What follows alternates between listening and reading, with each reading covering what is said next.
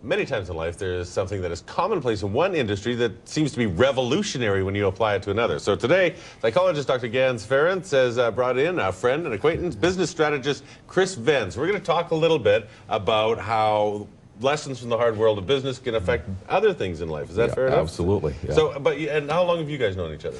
We've known each other just over a year. Yeah, just over a year now. And he's helped out with your business? Absolutely. Helped. You know, Chris is just an amazing guy because he's not just helped me with my business, but he also helped me personally. So, you know, even psychologists need help, as I was saying, right? So I was going to say something, but I wanted to have you keep coming back. You have 4 ideas that you believe that can help have a family make sense. And the first one you told me that meaning making, which doesn't make any sense to me as to what the meaning is. What is meaning making? Yeah, it's a great question. It's a lot of businesses are out to make money, and that makes a lot of sense. If they're going to keep going, there's got to be profit. But more and more, what's happening to keep businesses sustainable is that they have to be making meaning. And even in marketing, people, to cut through the clutter, people want to know that a product or a service or a company actually stands for something and it means something. At the same time, if you're an employee and you're doing some mundane task all the time, if you can see the significance kind of past the immediate, past that little thing that they're doing, suddenly people start to switch on more at work and they're more engaged in what they're doing. So making meaning actually kind of has to go hand in hand with making money. Okay, and that seems almost like an obvious correlation into regular sort of family issues. Absolutely, but we don't always think about that. But when kids or whoever in the family understands that what their little part of it is, it's contributing to the larger picture of family functioning smoothly and that sort of thing, it helps them to feel better. And also for the individual, if they have meaning in the sense of purpose in life, it also helps them be healthier, it changes their physiology, helps them relate to people in a much better way. Keeping the energy level high, that sounds like attitude. Like that's what that sounds like to me. Is that basically what it is? Yeah. Bringing the energy and bringing the energy. I mean, it shows up in business, shows up in family life and individual life all the time. Because the higher the energy level is, the healthier the whole system runs. Right? Keeping the joy and keeping the celebration and all those different things really helps to keep things moving smoothly. In the business world, how do you do that? Well, like for yourself, it would be one thing, but for people who are working with or for you. Yeah, with a team, it's you'll see some businesses where they want to do all the high fives and all that stuff. And that's not really my gig, but what I do see is that when people do that, their energy level goes up. And like if you look at a professional sports team, they've got to win, they have a touchdown, they hit the three-pointer in the last minute or the last few seconds, they celebrate, right? They high five and they do that to keep the momentum up. So part of it's celebrating what's going on and just saying, yeah, that was cool, that was a good win. Communication. You want to add one more? Yeah, part of that is just allowing the joy to build and experience in the relationship or in the individual. It just like in the business, it really does help to fuel everything else. But you don't suggest that after I've had a good conversation with my wife that we run through the house and high five. Hey, why not? Yeah, does it work for you?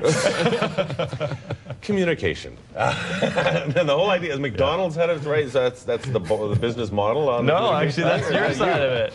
Well, one of the things I tell people when they're communicating is, Chris is going to talk about a couple of real important parts, but one of the intricacies of it is when you go through the McDonald's drive-thru, right? You go through and you order your meal, they always repeat it back to you, or they should repeat it back to you to make sure it's right. Yeah, make sure it's right. Most of the time when we're communicating in relationships or whatever, it's more like drive-by talking than drive-through talking. That's Chris's, right? And so, just some communication is done, and it's, you're on to the next thing. And so there's a lot of misunderstanding that can take place. So always giving yourself the chance to check in to make sure what you communicated to them was what they received, and vice versa. Right? Yeah, in business, it's kind of like the drive-by communication. Somebody goes by your office or by a cubicle and it's like bang, bang, bang, bang, and they carry on, and they have no idea if you received the information or not. But there's 2 key pieces. One is that communication, if it's conscious, if people do it on purpose. So that words are just a little slice of what we communicate. There's all the rest of it that goes with it. So are we being conscious, and are we doing it on purpose? Is it intentional? Because sometimes we communicate by accident. And it's like, oops, I didn't mean to say that. So it's making sure that I do it on purpose and it's intentional. I want to get to one more before we go. And I don't know, I might argue, mistakes equal success.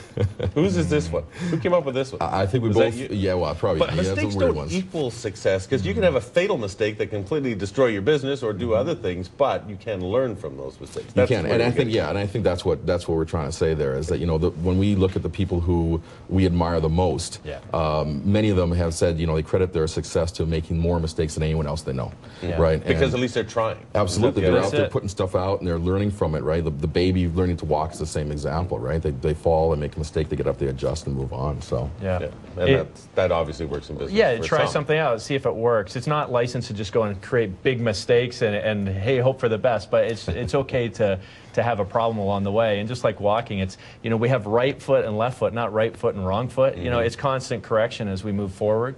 And so just knowing that when mistakes happen, let's take it as the lesson. Let's not make it again, but not also trash someone just because they made a mistake. We're out of time. Right on. If you want any more information on these topics, you want to tweet to a Ferrance Group team member, you can call them at 428-LIFE, or you can go on to the website, theferancegroup.com. Nice to have you both in. Nice to meet you, Chris. Pleasure. Thank you very much. We'll see you again, too. All right, right on. Thanks.